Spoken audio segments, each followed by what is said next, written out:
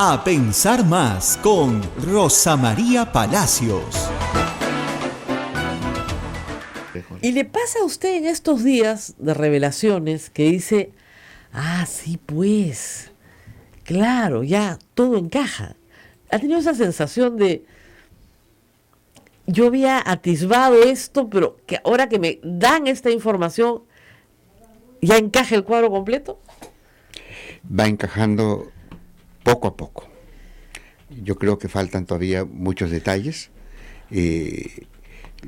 Toda la parte de la contraprestación, el beneficio que lograban las empresas frente a diversos tipos de contratos, ya se explican con el otro lado. Claro. Porque la coima es una transacción. O sea, no es solamente el dinero, sino la contraprestación que reciben eso. Es una transacción como cualquier transacción. Como cualquier transacción corrupta, hay un toma y daca. Así es. Y entonces, para entender todo el proceso, hay que entender el tome y daca, ¿no? Y claro, lo que ustedes lograron establecer es, digamos, hechos de importancia que llamaban la atención, ¿no es cierto? La hora se licitaba por 100, ¿no es cierto? Y en el transcurso de los años se pagaba 1000. Por poner un ejemplo grueso. Y eso ya era una indicación, bueno, de que había algo que investigar. Podría ser que sí, efectivamente, los adicionales de obra, ¿no? Imprevistos, etcétera, hubieran encarecido la obra, pero esto se convierte casi en sistemático. No pasa en una obra, pasa en todas las obras. Claro, es que se ha venido creando todo un sistema. Por ejemplo, todo el sistema de la llamada ingeniería abierta, donde los contratos no estaban con estudios determinados. O sea, todo podía pasar. Claro. Inclusive hay una declaración de un ex ministro que decía que este tema de los contratos de costos unitarios lo determina el precio final la empresa y no el Estado. Claro, lo cual es un disparate, ¿no? Ahora, el Estado por definición no contrata suma alzada, ¿no? Porque si contratara suma alzada, toda la empresa de la construcción quiebra, creo. Pero sí por costos unitarios. Pero por costos unitarios preestablecidos en una contratación, más o menos 10%. Pero habían casos de 50% más, 100% más. ¿Cómo se justificaba esto desde el Estado? ¿Qué le decían en la investigación? Bueno, tuvimos problemas. ¿Qué tipo de explicación tiene el Estado para esto? No daban ni una explicación, o sea, así,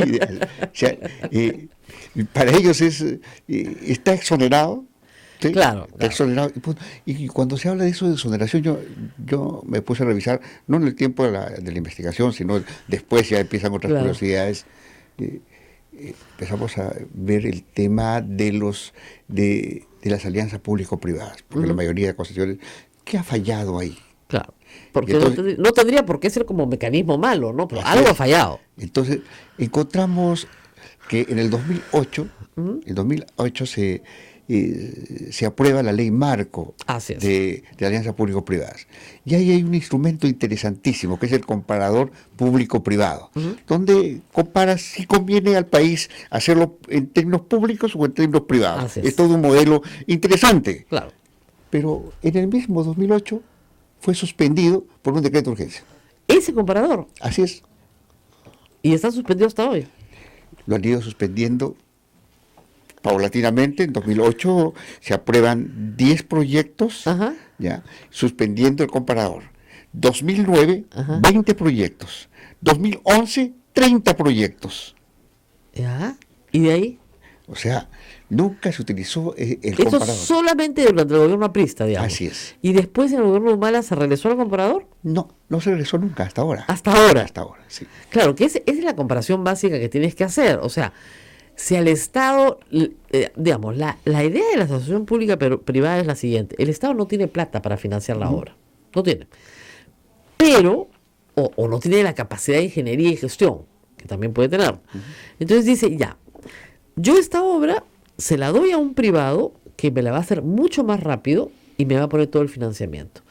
Porque lo que yo necesito es proveer el servicio lo más rápido posible, hacer la carretera, hacer la obra de agua, saneamiento, etc. Y a cambio de eso, ¿no es cierto?, el Estado va a recibir el beneficio que es X, Y y Z. Esa es la idea.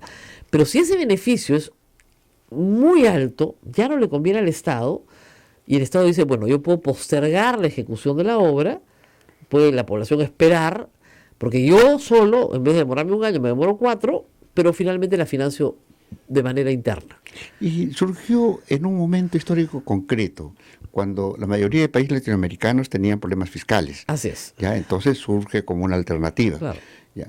Y que obviamente, si hay problemas fiscales, no hay dinero, entonces se ve la participación del privado. Claro, el para eso. 2008 hay que recordar es el año de la crisis en los Estados Unidos, la Ahora, crisis de las hipotecas subprime. Entonces el mundo entero pasa a un esquema de crisis y tú dices, bueno, tengo estos compromisos para hacer esta obra pública, pero no tengo cómo financiarlo. Pero el privado sí tiene, es que me financie la obra. ya, pero esto se empieza a degenerar.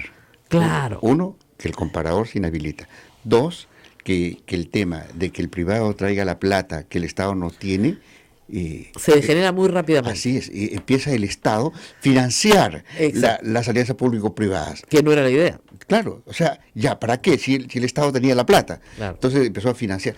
Y no solamente financiar, así uno puede imaginarse ya pongo la plata para la obra. No, en las concesiones empezó a garantizar el ingreso de la empresa por 20, 30 años. Ahí están las llamadas garantías soberanas, que en el fondo hace que el Estado reemplace al mercado. Ajá. No importa la demanda, no importa la oferta, Claro. simplemente el Estado se compromete a pagar periódicamente la misma cantidad. Ahora, la única buena noticia es que en un país con un déficit tan grande en infraestructura, equivocarse pues no genera un daño tan grande. El problema es que cuando ya comienza a cubrirse toda la infraestructura básica, terminan siendo estas empresas constructoras las que le ponen la agenda de construcción al Estado. Ese es Es el gran problema.